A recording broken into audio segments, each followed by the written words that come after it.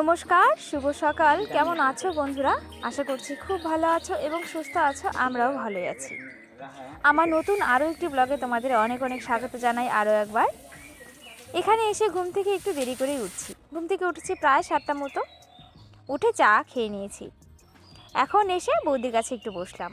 বৌদি আবার দাদার জন্য খাবার বানাচ্ছে। করেছে রুটি আর আলু ভাজা করছে। এই যে পেছনে জিনিসপত্রগুলো দেখতে পাচ্ছ, এগুলোই দোকানে দিতে হবে। তাই দাদা একটু তাড়া দিচ্ছে তাড়াতাড়ি করে দেওয়ার জন্যে। আলু ভাজা নিয়ে যাবে আর কিছুটা খেয়ে যাবে রুটির সঙ্গে। আর আমরা বাড়িতে যারা থাকবো 2-1টা রুটির সঙ্গে আলু ভাজা খেয়ে নিতে পারবো। এই হবে আমাদের সকালে খাবার। তারপরে এসে কটা জামা কাপড় ভিজিয়ে দিচ্ছি। গতকালকে কতগুলো জামা কাপড় জমিয়ে রেখেছিলাম, বেলা হয়ে গিয়েছিল বলে আর কাচা হয়নি। তাই আজকে এগুলো কেচে দেবো। তাছাড়া আমার মাও খুব একটা সময় করে উঠতে পারে না। যেগুলো দরকার জামা কাপড় সবসময় ব্যবহারের জন্য শুধু সেগুলোই কেচে দেয়, আর বাড়তি জামা কাপড়গুলো কাচা হয় না। কেন কি আমাদের লঙ্কা চাষ হয়েছে এবছর, আর মাঝে মধ্যে লঙ্কা তুলতে যেতে হয়, তাই আর কি সব কিছু সেরে সময় করে উঠতে পারে না সব কিছু কেচে দেওয়ার। তো অনেক জামা কাপড় জমেছিল, আমি এগুলো আজকে ভিজিয়েছি। বাবার ধুতি, শাড়ি, মায়ের আর আমার কতগুলো জামা কাপড়। আর এখানে এসে আর কীর্তনে গিয়েছিলাম আমরা, সেই জামা কাপড়গুলোও জমে রয়েছিল, তো সেগুলোই আর কি ধুয়ে দিলাম। আর দাদা এদিকে দেখো জিনিসপত্রগুলো রেডি করে নিচ্ছে। বৌদিরও কিন্তু রান্না হয়ে গিয়েছে, এগুলো নিয়ে যাবে। খেয়ে দিয়ে দাদা বেরিয়ে যাবে।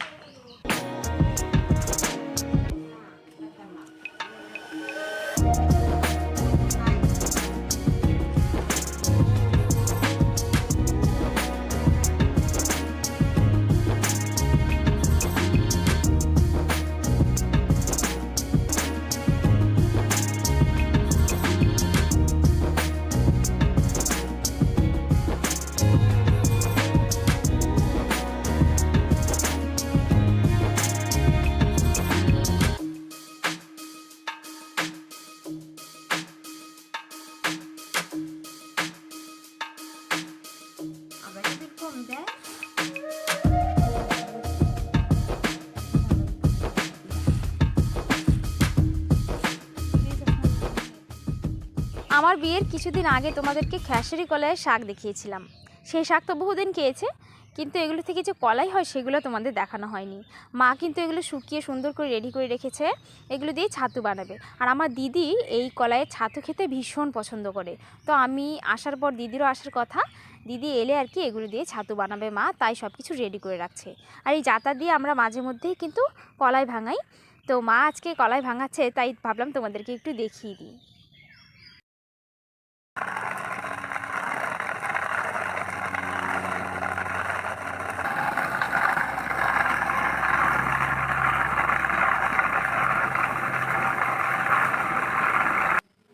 গতকাল যে কাঁথাটা সেলাই করার জন্য পেতেছিলাম সেটা কিন্তু শেষ হয়নি, আরও মনে হয় অনেক দিন লেগেই যাবে, কারণ একটানা বসে সেলাই করার সময় পাচ্ছি না। এটা ওটা করতে করতেই সময় পেরিয়ে যাচ্ছে। তো আজকে আবার বৌদিকে দিয়ে পেতে নিলাম। একা একা পাততে অসুবিধা হচ্ছিলো, কুচকে যাচ্ছে ভেতরটা, তাই বৌদিকে বললাম একটু ধরতে। কি আসছে রে আমাদের বাড়িতে? বলবে না, এখন ঘুমের থেকে উঠছে না। হয়েছে?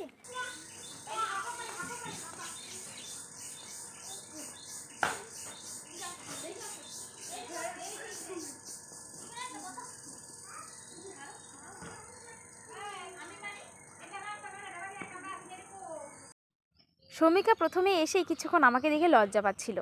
মানে বিয়ের আগে একরকম দেখতে লাগতো, এখন ওর হয়তো অন্যরকম লাগছে, তাই আর কি আমাকে দেখে লজ্জা পাচ্ছিল।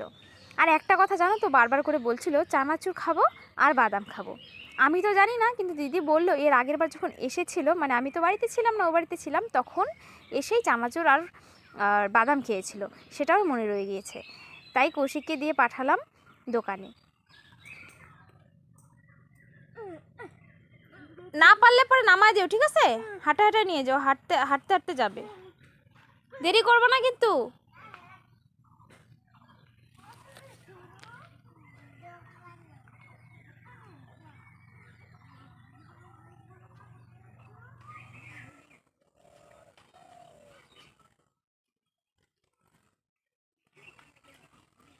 শোনো, তুমি এসেছো? দোকান খুলে নাই, মাত্র খুললো আর নিয়ে আসলাম। দাদার সঙ্গে গেছিলে? দাদার সঙ্গে গেছিলে? দেখো হকি কয়, দেখো দেখো দেখো কারেন্ট চলে গেল। হ্যাঁ দেখছি তো। তুমি কিছু বলো তাহলে শুনো। হাই। কেমন আছো বলো? তুমি কি ভালো আছো? সন্ধেবেলা বসেছে এখন চাঁদের হাট, সবাই মিলে জমিয়ে আড্ডা দিচ্ছি আর শুনুন নতুন নতুন কথা শুনছি, দারুণ লাগছে। এরই সঙ্গে ব্লগটাও আজকে শেষ করছি এখানে। দেখা হচ্ছে পরবর্তী একটা ব্লগে। খুব ভালো থেকো, সুস্থ থেকো, শুভ সন্ধ্যা।